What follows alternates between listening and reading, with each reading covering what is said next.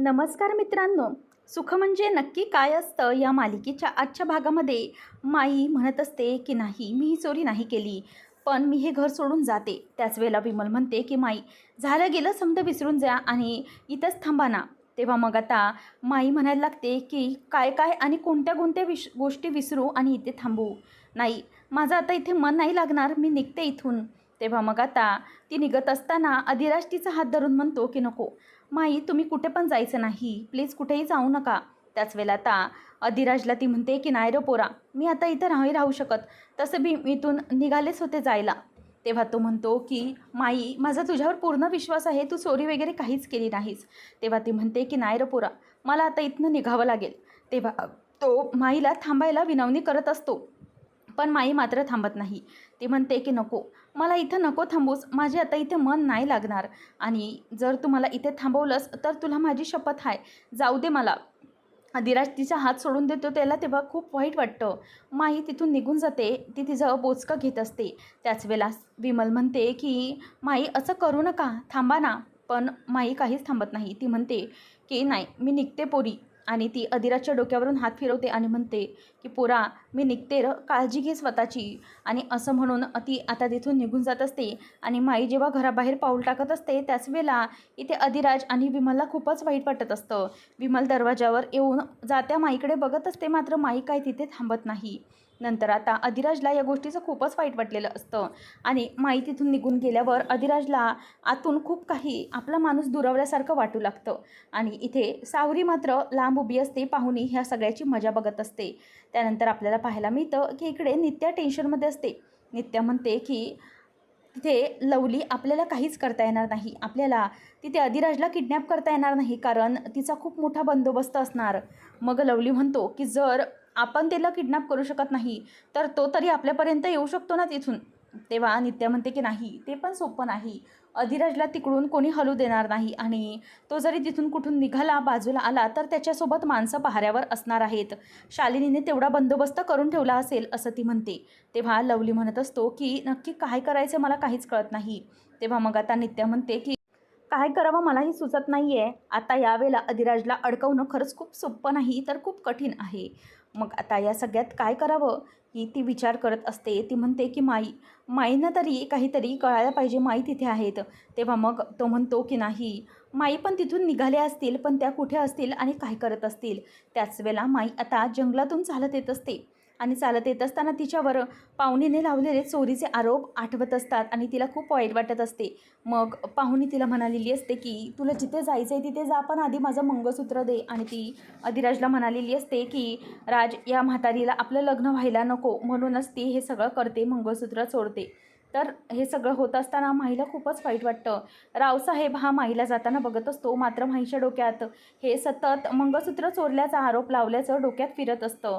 आणि पाहुणी सगळ्यांसमोर माईला खोटा रडवते, ते सगळं तिला आठवत असतं. त्यानंतर माई म्हणत असते की उभ्या जन्मात माझ्यावर कोणी असा आरोप लावला नव्हता, पण त्या पोरीने माझ्यावर आरोप लावला, पण मला आता तिथे राहायचेच नाही, काय करू मी, असं म्हणून ती रडत रडत चाललेली असते. त्याच वेळेला आता रावसाहेब म्हणतो ही तीच म्हातारी आहे जी शालिनी शोधतीये. मग तो वेळ न घालवता लगेच वसुंधराला फोन करतो आणि म्हणतो की आहे, अगं आहे. तेव्हा तो म्हणतो की काय र, कुठं उलटलास. तो म्हणतो की ती म्हातारी घावली, ती म्हातारी जिनं तुला कानाखाली मारली होती. तेव्हा तिला आठवतं. तेव्हा ती म्हणते की आता रावसाहेब काही वेळ न घालवता त्या म्हातारीला उचला आणि इथं आपल्या इथं आणा. तेव्हा तो म्हणतो की चालेल, मी ठेवतो. आणि नंतर मग आता माई ही रस्त्याने चालत असताना तिला खूपच रडायला येत असतं. ती म्हणते की हे सगळं काय झालं, माझ्या अधिराजचं लग्न होतं आहे. तितक्यात आता तिच्या डोक्यात कोणतरी मारतं आणि तिला त्रास होतो. आणि मागे वळून बघते तर तिला शुद्ध राहिलेली नसते, कारण रावसाहेबने तिच्या डोक्यावर मारलेलं असतं. आणि त्याच वेळेला मग आता ती तिथल्या तिथे खाली पडते.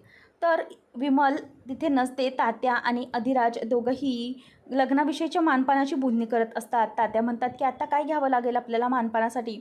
तेव्हा मग तो म्हणतो मी मागच्या वेळेचा टोपे आहेतच की, टॉवेल घेतले पाहिजेत. तर इथे एक माणूस आतमध्ये येत असतो आणि बाजूने उभं राहून सगळं ऐकत असतो. अधिराजला असं वाटतं की तो कोणतरी आलेला आहे, म्हणूनच तो तात्यांना ते बोलणं कंटिन्यू करायला सांगतो. आणि तात्यांचं ते बोलणं कंटिन्यू असताना स्वतः मागतं तिथून मागून येतो आणि तात्यांना तो म्हणतो की तात्या, तुम्ही जर ते मानपान करताय ते खरं आहे, पण आपल्याकडे आता एका आणखी माणसाचा मानपान करावा लागणार आहे.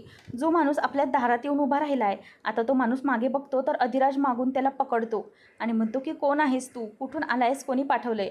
त्याच वेळेला तो माणूस आता पळून जातो आणि तो अधिराज त्याच्या मागे धावणार. तेव्हा विमलाने तात्या थांबवून म्हणतात की त्याच्या मागे जाऊ नको, काहीतरी जाळं टाकलेलं असू शकतं.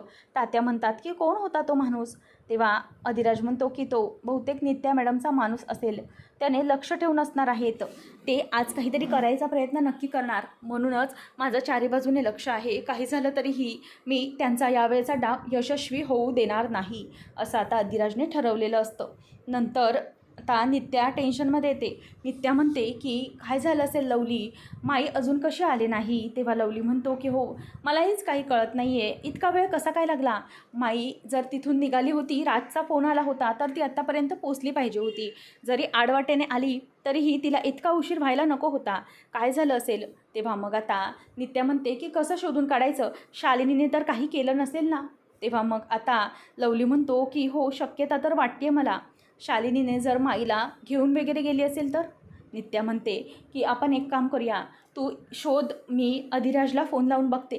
नेमकं जर काही लग्नाच्या वेळेला माईने काही केलं तर, म्हणून शालिनीने बहुतेक त्यांना किडनॅप वगैरे केलं असेल. आता आपण शोध घेतला पाहिजे. तो आता शोधायला म्हणून बाहेर निघतो. नंतर आता दिवस हा मावळतो आणि आता अधिराज हा बाहेर तिथेच लक्ष ठेवून असतो. तो म्हणतो की जर माझं उद्या लग्न आहे तर आज रात्रीच्याला काहीतरी या करू शकतात, म्हणूनच नित्या मॅडमवर पूर्ण लक्ष ठेवलं पाहिजे. आज जागर करावा लागेल. तर तिथे पाहुणी येते आणि पाहुणी अधिराजची बोलायला चाललेली असते. सावरी विचारते की कुठे चालली. तेव्हा ती म्हणते की अगं आताशी जेवण झालं आहे ना, शतपावली करायले. ती म्हणते की तू आता खूप बदलली आहेस पाहुणी, तुझ्या मनात काय चालले ते तू सांगत नाहीस. ताद्याशी बोलायला जातेस ना, तर त्याची अगोदर माफी माग. तर ती हो असं म्हणते. त्याच वेळेला झाडाच्या मागे कोणतरी कोयता घेऊन मागे उभं असतं, अधिराजला जाणवतं. नंतर वसुंधरा ही माईला समोर बघून खूपच आनंदित झालेली असते. ती म्हणते की रावसाहेब, एकच नंबर काम केलं तुम्ही बघा. आता ही म्हातारी आपल्या ताब्यात आली, ही म्हातारी लईच कामाची आहे. तेव्हा मग आता लगेच पुढं रावसाहेब म्हणतो की मग आपण आता शालिनी मॅडमला सांगूया का की ही म्हातारी आली आहे, ती खूपच खुश होईल. तेव्हा लगेच ती म्हणते की अरे येडा की खुळा तू, खरं तर हा उपमाचा एक आहे, आपल्याला जेव्हा गरज लागेल तेव्हाच हा एका बाहेर काढायचा. त्या दिवशी बघितलं ना, या म्हातारीचा फोटो बघितल्यावर त्या शालिनीचा कसा रंग माझा वेगळा झालेला. म्हणूनच आता लक्षात ठेवायचं, आपल्याला ज्या गोष्टी तिच्याकडून करून घ्यायच्यात त्या करायच्या आणि या म्हातारीला हुकमाचा ताबेदार बनवायचं. हा आपला हुकमाचा एक्का आहे. नंतर मग आता अधिराज हा पुढे पुढे येत असताना झाडाच्या मागे कोणीतरी लपले याची त्याला जाण होते आणि म्हणूनच तो पुढे येतो. आणि त्याच वेळेला आता इथे अधिराजला मागून पाहुणी आवाज देते. त्याच वेळेला अधिराज हा पटकन मागे वळून बघतो आणि तो माणूस तिथून गायब होऊन जातो. आता अधिराजशी पाहुणी बोलण्याचा प्रयत्न करते. ती म्हणते की अधिराज, खरंच मला माफ कर, तुला माझ्यामुळे वाईट वाटलं हे मला कळतं आहे. तेव्हा मग आता नित्या सारखी सारखी अधिराजला फोन करत असते. 2-3 वेळा फोन करून झालेले असतात, मात्र अधिराज फोन कट करून टाकतो. पाहुणी म्हणत असते की इतक्या रातच्याला तुला कोणाचा फोन येतो आहे. अधिराज म्हणतो की कोणाचा नाही, तू बोल. तेव्हा मग ती म्हणते की मला माफ कर, तुला त्या आजीवरून वाईट वाटलं, पण मी खोटं बोलत नव्हते. तिने चोरी केली हे तू समोर बघितलं होतं. तेव्हा तो म्हणतो की मला वाटत नाही की आजीच चोरी करेल. तेव्हा मग पाहुणे म्हणते की मग तरी पण मला माफ कर. तेव्हा तो म्हणतो की तुला वाटतंय ना की तुझी चूक झाली, मग तुला केलं मी माफ. पाहुणे हे ऐकून खुश होते. इथे शालिनी ही दारू पित असते. तेवढ्यातच आता नित्या मनात बोलते की माझ्याकडे आता दुसरा कोणताही मार्ग नाही. अधिराज फोन बंद करतो.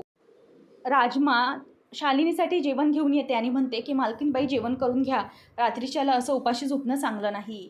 तसं पण ती नित्या आता घरात नाही. तेव्हा मग शालिनी म्हणते की का इतक्या रात्रीच्याला नित्या कुठे गेली. तेव्हा तिला आठवतं की उद्या अधिराजचं लग्न आहे म्हणून ती गेली की काय.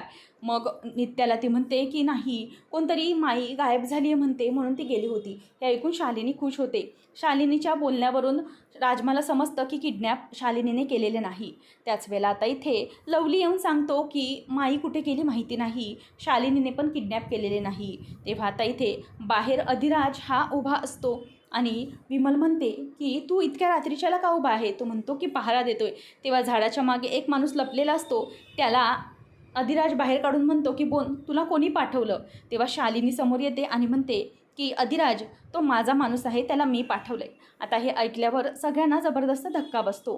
पुढच्या भागात आपण पाहणार आहोत की एक म्हातारी येते आणि नित्याला म्हणते की हे घे पाणी पी. नित्या ते पाणी पिते आणि तिला चक्कर येते आणि ती त्याच वेळेला कोसळून खालीच पडते.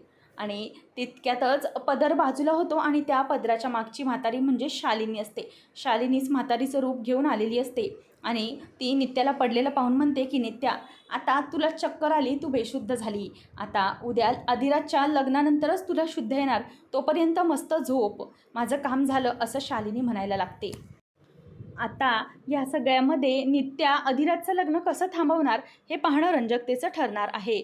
असेच अपडेट्स पाहत राहण्यासाठी आताच आपल्या चॅनलला सबस्क्राईब नक्की करा.